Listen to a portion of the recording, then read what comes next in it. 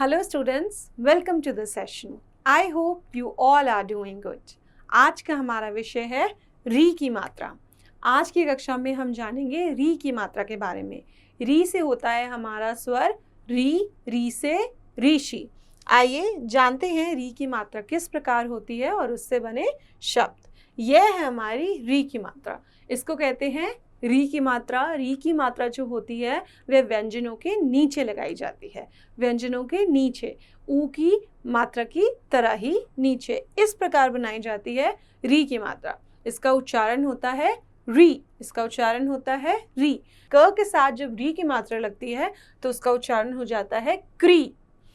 ख री ख्री, ख री ख्री, ग री ग्री, ग री ग्री, प री प्री, प्री।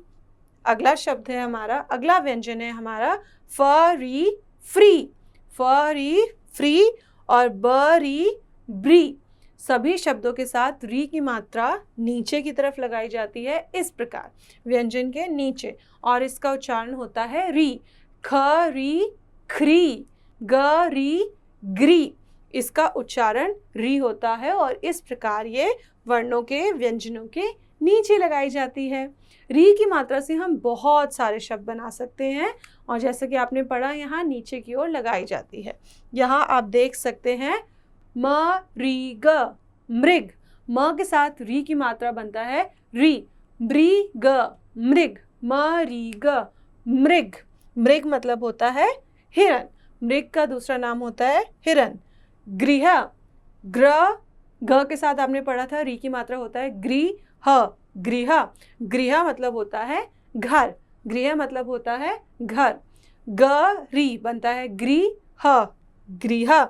गृह के बाद हम अगला शब्द देखेंगे कृषक।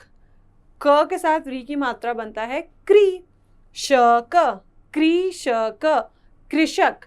कृषक का मतलब होता है किसान, कृषक होता है किसान जो खेती करता है और हमारे लिए अनाज लाता है, कृषक। अगला शब्द है वृक्ष। व के साथ री की मात्रा होती है व्री और श, वृक्ष, वृक्ष, वृक्ष। वृक्ष का मतलब होता है पेड़, वृक्ष का मतलब होता है पेड़, वृक्ष, वृक्ष।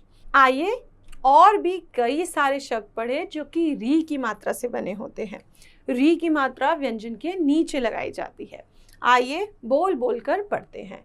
द्र ईग दृग, म रीग मृग, घ रीत घृत, क्र क रीश ई कृषि, कृषि, ऋषि। ऋषि में र का मूल रूप ही इस्तेमाल में आता है, री की मात्रा नहीं लगाई जाती। यहाँ आप री देख सकते हैं, री का मूल रूप इस्तेमाल किया गया है ऋषि। दृग, मृग, घृत, कृषि, इन सभी में री की मात्रा का इस्तेमाल किया गया है।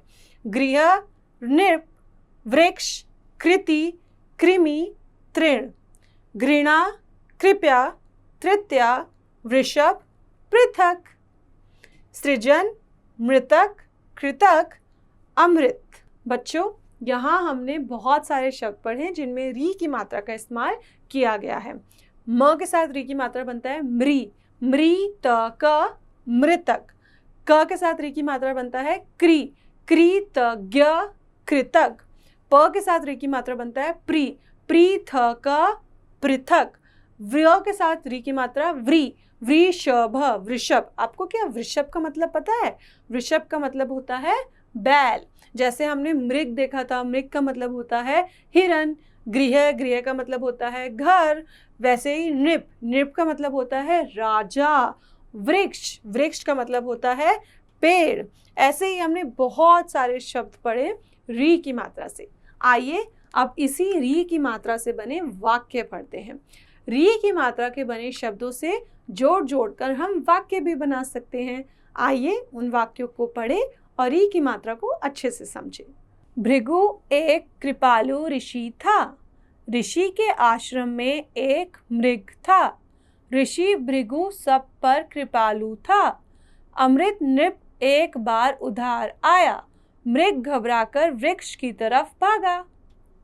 मृदुला आ, कृपालु बन, कृष्ण मत बन, बाहर ऋषि का मृग आया, मृदु तृण खिला, तृषत मृग की प्यास बुझा। बच्चों, आज की कक्षा के लिए इतना ही।